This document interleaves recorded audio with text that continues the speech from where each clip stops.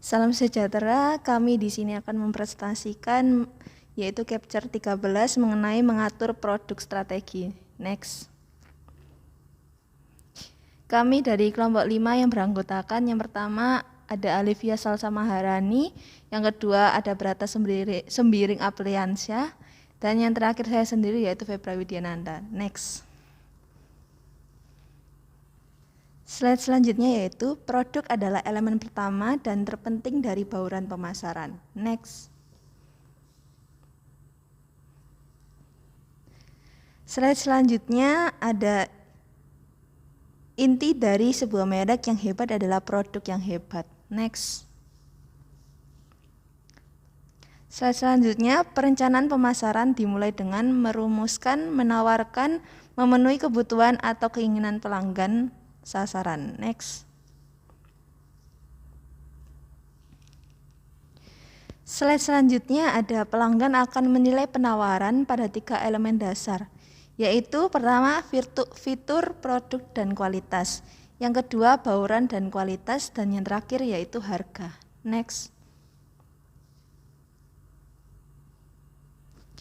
Slide selanjutnya yaitu dalam merencanakan penawaran pasarnya, pemasar perlu mengatasi 5 tingkat produk.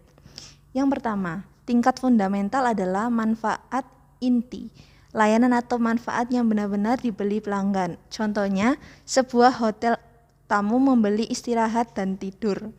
Pembeli bor sedang membeli lubang, pemasar harus melihat diri mereka sendiri sebagai pemberi manfaat. Yang kedua, pada tingkat kedua, pemasar harus mengubah manfaat inti menjadi produk dasar. Jadi, kamar hotel termasuk tempat tidur, kamar mandi, handuk, meja, lemari, dan lemari. Yang ketiga, pada tahap tingkat ketiga, pemasar menyiapkan produk yang diharapkan seperangkat atribut dan kondisi yang biasanya diharapkan pembeli ketika mereka membeli produk ini. Tamu hotel minimal mengharapkan tempat tidur yang bersih, handuk yang segar, lampu kerja, dan tingkat ketenangannya relatif. Yang keempat yaitu pada tingkat keempat, pemasar menyiapkan produk tambahan yang melebihi harapan pelanggan. Di negara maju, penentuan posisi merek dan persaingan terjadi pada tingkat ini. Namun di pasar berkembang dan pasar berkembang seperti India dan Brasil, persaingan sebagian besar terjadi di tingkat produk yang diharapkan. Yang terakhir yaitu pada tingkat kelima, berdiri produk potensial yang mencangkup semua kemungkinan tambahan dan transformasi yang mungkin dialami produk atau penawaran di masa depan. Di sini perusahaan mencari yang baru, cara untuk memuaskan pelanggan dan membedakan penawaran mereka. Next. Slide selanjutnya ada daya tahan dan kewujudan produk terbagi dalam 3 kelompok menurut daya tahan dan wujudnya. Yang pertama, barang tidak tahan lama adalah barang berwujud yang biasanya dikonsumsi dalam 1 atau beberapa penggunaan, seperti bir dan sampo. Karena barang-barang ini sering dibeli, strategi yang tepat adalah membuatnya tersedia di banyak tempat lokasi. Biaya hanya markup kecil dan beriklan besar-besaran untuk mendorong percobaan dan membangun preferensi. Yang kedua, barang tahan lama adalah barang berwujud yang biasanya bertahan banyak kegunaan, yaitu lemari es, peralatan mesin, dan pakaian. Mereka biasanya membutuhkan lebih banyak penjualan dan layanan pribadi, memerintahkan margin yang lebih tinggi, dan membutuhkan lebih banyak penjual jaminan. Yang terakhir yaitu jasa dan produk yang tidak berwujud, tidak dapat dipisahkan, berubah-ubah, dan mudah rusak, yang biasanya membutuhkan lebih banyak kontrol, kualitas, kredibilitas pemasok, dan kemampuan beradaptasi. Contohnya yaitu termasuk potong rambut, nasihat hukum, dan perbaikan peralatan. Next. Slide selanjutnya ada klasifikasi barang konsumen. Ketika kita mengklasifikasikan berdasarkan macam barang konsumen berdasarkan dari kebiasaan berbelanja, kita membedakan antara kenyamanan, belanja khusus, dan barang yang tidak dicari. Konsumen biasanya membeli barang-barang kenyamanan dengan sering, segera, dan dengan sedikit usaha.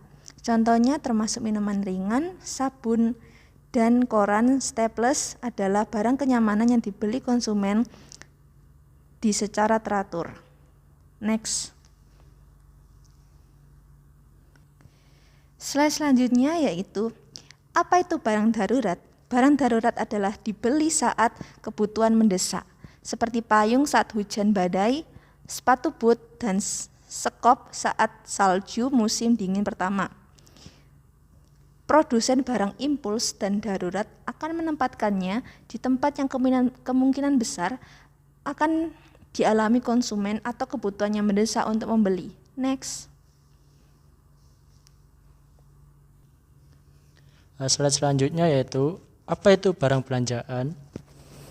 Barang belanjaan adalah barang yang secara karakteristik dibandingkan oleh konsumen atas dasar seperti kesesuaian, kualitas, harga, dan gaya. Contohnya termasuk furnitur, pakaian, dan peralatan utama. Barang belanja homogen adalah serupa dalam kualitas tetapi cukup berbeda dalam harga. Untuk membenarkan perbandingan belanja, barang belanja heterogeni berbeda dalam fitur produk dan layanan yang mungkin lebih penting daripada harga. Penjual heterogeni barang belanjaan membawa berbagai macam untuk memuaskan selera individu dan melatih tenaga penjualan untuk menginformasikan dan menasihati pelanggan. Next. Slide selanjutnya, apa itu barang khusus? Barang khusus memiliki karakteristik atau identifikasi merek yang unik sehingga cukup banyak pembeli yang bersedia melakukan upaya pembelian khusus. Contohnya termasuk mobil, komponen audio video, dan pakaian pria. Sebuah Mercedes adalah barang khusus karena pembeli yang tertarik akan melakukan perjalanan jauh untuk membelinya. Barang khusus tidak memerlukan perbandingan. Pembeli menginvestasikan waktu hanya untuk mencapai dealer yang membawa produk yang diinginkan. Dealer tidak membutuhkan lokasi yang nyaman meskipun mereka harus memberitahu calon pembeli di mana menemukannya. Barang yang tidak dicari adalah barang yang tidak diketahui atau biasanya terpikir oleh konsumen untuk dibeli. Next.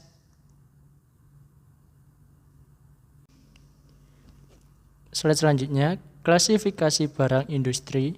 Kami mengklasifikasikan barang industri berdasarkan biaya relatifnya dan cara mereka memasuki proses produksi, bahan dan suku cadang, barang modal, serta persediaan dan bisnis jasa.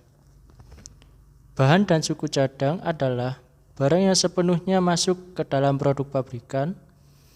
Mereka jatuh menjadi dua kelas, bahan mentah dan bahan manufaktur dan suku cadang. Bahan baku pada gilirannya jatuh ke dalam dua kelompok besar, produk pertanian, gandum, kapas, ternak, buah-buahan, dan sayuran. Dan produksi alami, ikan, kayu, minyak mentah, minyak bumi, biji besi. Next. Slide selanjutnya, apa itu barang modal? Barang modal adalah barang tahan lama yang memfasilitasi pengembangan atau pengelolaan produk jadi. Mereka jatuh ke dalam dua kelompok, instalasi dan peralatan. Instalasi terdiri dari gedung, pabrik, kantor, dan alat berat, generator, mesin bor, komputer, mainframe, elevator. Dan instalasi adalah pembelian besar. Next. Selanjutnya yaitu dua cara pemikiran untuk pengembalian produk. Yang pertama, pengembalian terkendali. Pengembalian terkendali adalah hasil dari masalah atau kesalahan yang dibuat oleh penjual atau pelanggan dan sebagian besar dapat dihilangkan dengan penanganan atau penyimpanan yang lebih baik pengemasan yang lebih baik, dan transportasi dan pengiriman yang lebih baik mau dari logistik oleh penjual atau mitra rantai pasokannya. Dan yang kedua, pengembalian yang tidak terkendali, yaitu dihasilkan dari kebutuhan pelanggan untuk benar-benar melihat, mencoba, atau merasakan produk di seseorang untuk menentukan kesesuaian dan tidak dapat dihilangkan oleh perusahaan dalam jangka pendek. Next. Selanjutnya yaitu ada 6 tingkat hierarki produk menggunakan asuransi jiwa sebagai contoh. Yakni yang pertama need family, yaitu kebutuhan inti yang mendasari keberadaan keluarga produk. Contohnya keamanan. Dan yang kedua keluarga produk, yaitu semua kelas produk yang dapat memenuhi kebutuhan inti dengan efektivitas yang wajar. Contohnya tabungan dan pendapatan. Dan yang ketiga kelas produk, yaitu sekelompok produk dalam keluarga produk yang diakui memiliki fungsi tertentu. Koherensi juga dikenal sebagai kategori produk. Contohnya instrumen keuangan. Dan yang keempat lini produk, yaitu sekelompok produk dalam kelas produk yang terkait erat karena mereka melakukan fungsi yang sama, dijual kepada kelompok pelanggan yang sama, dipasarkan melalui outlet atau saluran yang sama, atau berada dalam kisaran harga tertentu. Lini produk dapat terdiri dari merek yang berbeda, merek keluarga tunggal, atau merek individu yang telah diperpanjang garis. Contohnya asuransi jiwa. Dan yang kelima, jenis produk, yaitu sekelompok item dalam lini produk yang memiliki salah satu dari beberapa kemungkinan bentuk produk. Contohnya asuransi jiwa berjangka. Dan yang terakhir, item. Item ini juga disebut sebagai unit penyimpanan stok atau varian produk, yaitu unit yang berada dalam merek atau lini produk, dapat dibedakan berdasarkan ukuran, harga, penampilan, atau atribut lainnya. Contohnya masa pakai, prudensial, terbarukan, dan pertanggungan. Next. Selanjutnya yaitu apa persyaratan untuk branding bahan yang sukses. Yaitu yang pertama, konsumen harus percaya bahwa bahan penting bagi kinerja dan keberhasilan produk akhir. Idealnya, nilai intrinsik ini mudah dilihat atau dialami. Dan yang kedua, konsumen harus diyakinkan bahwa tidak semua merek bahan sama dan bahannya lebih unggul. Dan yang ketiga, simbol atau logo khusus harus jelas menandakan bahwa produk induk mengandung bahan tersebut. Idealnya, simbol ini atau logo ini berfungsi sebagai material dan sederhananya dan serbagunanya mengkomunikasikan kualitas dan kepercayaan diri. Dan yang terakhir, program tarik dan dorong yang terkoordinasi harus membantu konsumen memahami keunggulan merek, bahan. Anggota saluran harus menawarkan dukungan penuh seperti iklan dan promosi konsumen, dan terkadang bekerja sama dengan produsen merchandise, retail, dan program promosi. Next. Selanjutnya yaitu beberapa faktor berkontribusi pada meningkatnya penggunaan kemasan sebagai alat pemasaran. Yang pertama, swalayan. Dan yang kedua, kemakmuran konsumen. Dan yang ketiga, perusahaan dan citra merek. Dan yang keempat, peluang inovasi. Next. Selanjutnya yaitu secara formal pengemasan harus mencapai sejumlah tujuan, yaitu yang pertama, identitas merek. Dan yang kedua, menyampaikan informasi deskriptif dan persuasif. Yang ketiga, memfasilitasi transportasi dan pelindungan produk. Dan yang keempat, membantu penyimpanan di rumah. Dan yang terakhir, membantu konsumsi produk. Next. Selanjutnya yaitu untuk mencapai tujuan tersebut dan memuaskan keinginan konsumen, pemasar harus memilih yang fungsional dan estetis komponen kemasan yang benar. Secara fungsional, desain struktural sangat penting. Elemen pengemasan harus menyelaraskan satu sama lain dan dengan penetapan harga, periklanan, dan bagian lain dari program pemasaran. Next. Selanjutnya yaitu mengapa pembaruan dan desain ulang kemasan sering terjadi. Pembaruan dan desain ulang kemasan sering terjadi karena untuk menjaga merek tetap kontemporer, relevan, atau praktis. Meskipun perubahan ini dapat berdampak langsung pada penjualan, perubahan tersebut juga dapat memiliki kerugian seperti yang dipelajari PepsiCo merek Tropicana-nya. Next. Slide selanjutnya yaitu beberapa ini adalah fungsi dalam melakukan label. Yang pertama, mengidentifikasi produk atau merek, dan yang kedua, label harus menggambarkan produk, dan yang ketiga, label tersebut dapat mempromosikan produk. Next. Sekian dari kelompok kami. Bila ada kurang salahnya, mohon dimaafkan. Terima kasih.